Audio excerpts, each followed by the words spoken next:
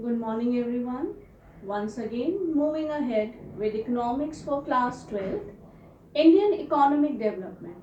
Students, we are discussing chapter number 4, that is strategy of industrial growth. We have studied in this how colonial exploited our industrial growth. Other than that, how when the economic policy before 1991 was framed, industrialization was restricted to the private sector and public sector came into the intervention for the public support, that is for the welfare of the people. So moving ahead further to this chapter, now we'll study about development of SSI. Students, SSI means small scale industries. We have already discussed about large scale industries that there was a restriction for the growth of the large scale industries because their aim was to gain profit motive.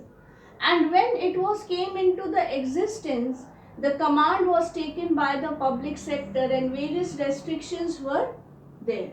Moving ahead, they suggest that small scale industries promote employment and they are the root of the growth of our country. How it is, we'll study in detail about that. So, small scale industries.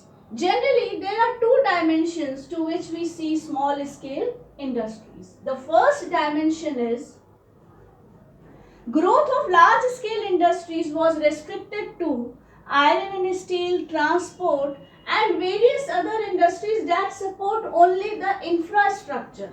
That is, communication can also be taken.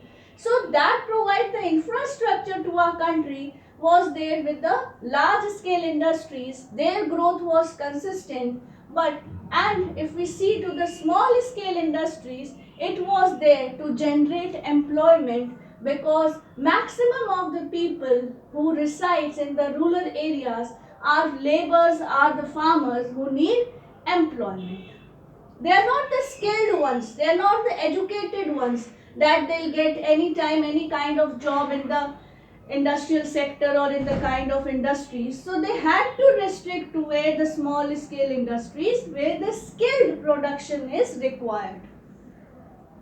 That gives the definition of small scale industries given by the government. It says that it is one whose investment does not exceed to rupees 5 crores. Government has limited its limit to the 5 crores only.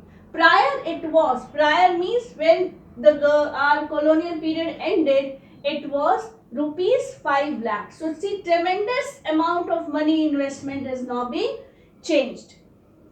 Students, it was the CAF committee that was built in 1955 that underlined the role of SSI. SSI always hold a very major role in our India's growth. When princes, kings and that period was there, small handloom industries, cotton industries, those handmade products were into existence and there was a huge market of these products in our country. But unfortunately, Britishers exploited it and whole of this small scale industries were shut.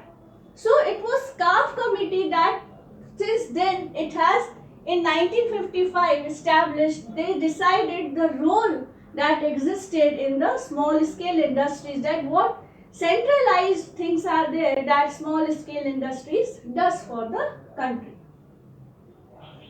The three typical characteristics of small scale industries are: first is SSI or small scale industry is labor intensive, hence employment friendly. SSI considered to be labor intensive and large scale as capital intensive. We inherited the economy from Britishers was a capital deficit economy and labor surplus economy. So SSI is the best option. Now, what does its whole of this statement says? It says that labor intensive means what? Number of people, those who are laborers, they are not educated, they are not Literate children understand these things. They are the laborers, those who can work day and night, I would say, to sustain their families. So more of the labor intensive will generate employment. More and people will work to generate employment. So it was labor intensive, whereas large scale industries needed investment. Large amount of investment. Technologies are there, machines are there. Skilled people should be there, literate ones, those who knows that technology, who can work on it.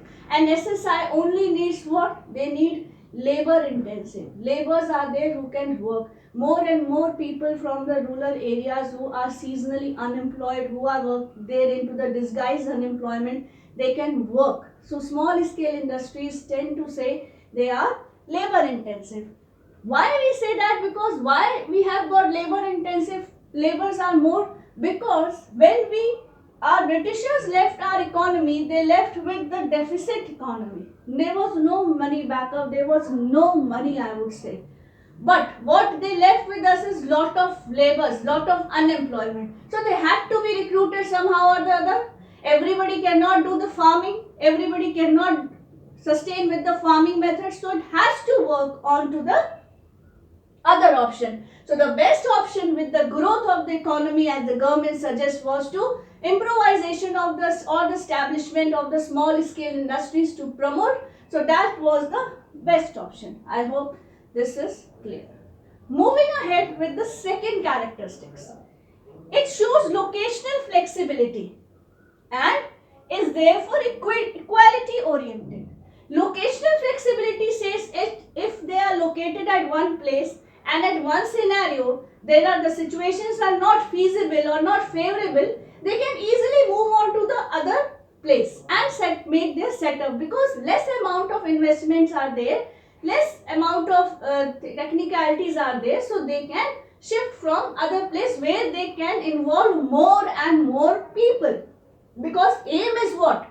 Aim is to facilitate small scale industries and to generate employment.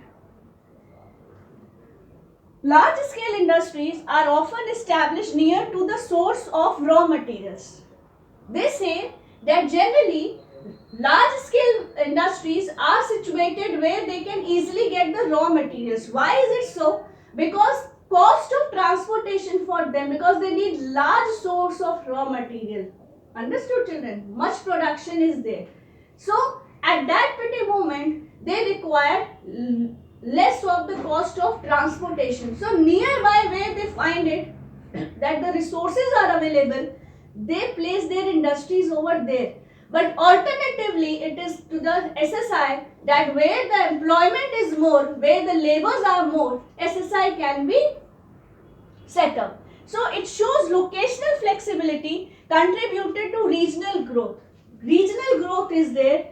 They are not biased to anything.